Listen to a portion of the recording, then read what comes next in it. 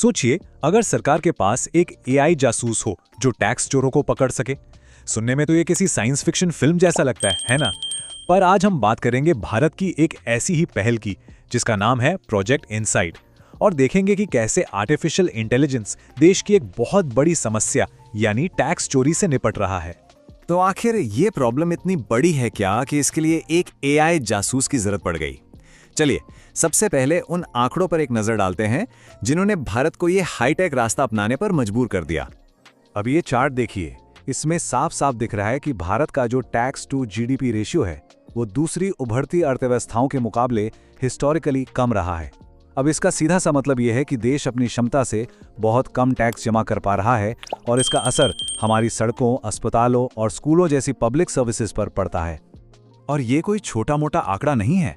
हर साल टैक्स चोरी की वजह से देश को अपने कुल रेवेन्यू का लगभग 4.3% गंवाना पड़ता है।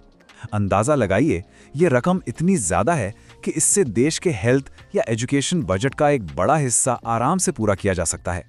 तो इसी बड़ी चुनौती से निपटने के लिए 2017 में भारत के इनकम टैक्स डिपार्टमेंट ने एक जबरदस्त कदम उठाया जिसका नाम था प्रोजेक्ट इनसाइट।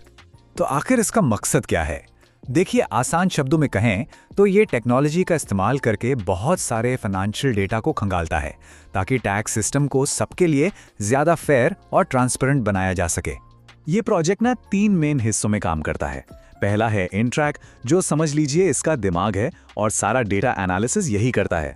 दूसरा है कंप्लायंस सेंटर, जो ये पक्का करता है कि लोग नियमों का पालन करें। और तीसरा है नज स्ट्रैटेजी, जो टैक्स पेयर्स को प्यार से सही रास्ते पर लाती है। ये तीनों मिलकर एक बहुत ही पावरफुल सिस्टम बनाते हैं। इस सिस्टम की सबसे मजेदार बात है इसका एनालिटिकल इंजन आइनट्रैक। सोचिए, ये आपके बैंक अकाउंट्स, प्रॉपर्टी की खरीद फरोख्त, जीएसटी पेमेंट्स और यहां तक कि आपकी महंगी खरीदारियों से जुड़े सारे डेटा को एक साथ ले आता है और फिर हर टैक्स पेयर की एक पूरी, कह सकते हैं, वित्तीय कुंडली तैयार करता है।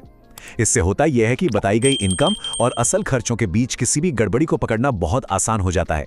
तो बड़ा सवाल यह है कि क्या ये डिजिटल जासूस वाकई में काम कर रहा है? जो नतीजे सामने आए हैं वो खुद ही इसकी कहानी कहते हैं। सिर्फ छोटी छोटी चेतावनियों या नज के जरिए इस प्रोजेक्ट ने लोगों को 1 करोड़ से ज्यादा रिवाइज्ड टैक्स रिटर्न फाइल करने के लिए मनाया है और नतीजा पूरे 11,000 करोड़ रुपए का एडिशनल रेवेन्यू। ये वाकई एक जबरदस्त इंपैक्ट है। और बात सिर्फ टैक्स कलेक्शन की नहीं है, सिस्टम की एफिशिएंसी भी बढ़ी है। जहां पहले टैक्स रिफंड मिलने में औसतन 93 दिन लग जाते थे, अब वही काम सिर्फ 17 दिनों में हो जाता है। ये एक शानदार इंप्रूवमेंट है ना?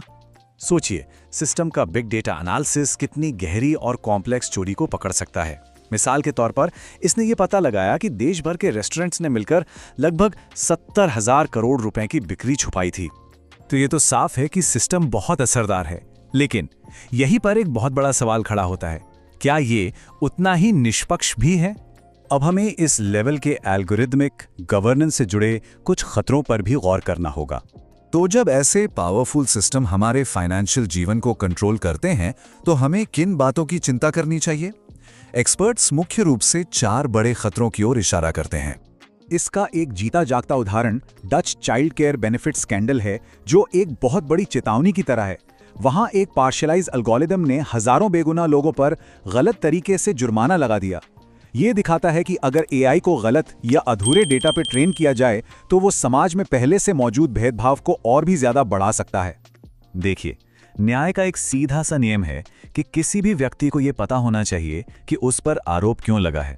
ठीक वैसे ही टैक्स पेयर्स को भी ये जानने का हक है कि सिस्टम ने उन्हें क्यों चुना और उनके पास इन ऑटोमेटेड फैसलों को चैलेंज करने का एक साफ रास्ता होना चाहिए, वरना ये एक ऐसा ब्लैक बॉक्स बन जाएगा जिसे कोई समझ ही नहीं सकता।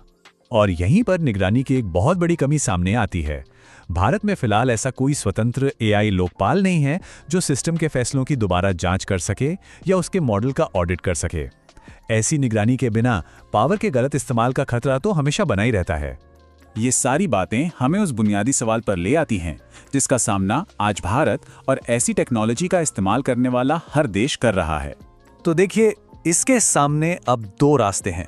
एक तरफ अगर मजबूत निगरानी ना हो तो ये एक छिपे हुए जासूसी सिस्टम में बदल सकता है जो लोगों का भरोसा तोड़ दे। लेकिन दूसरी तरफ सही नियमों और सुरक्षा उपायों के साथ ये एक मॉडर्न और फेयर टैक्स इंटेलिजेंस सिस्टम बन सकता है जो सबके हित में काम करे।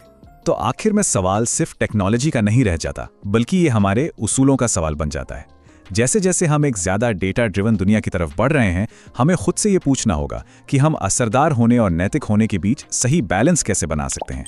ये एक ऐसा सवाल है जिसका जवाब हम सबको मिलकर खोजना होगा।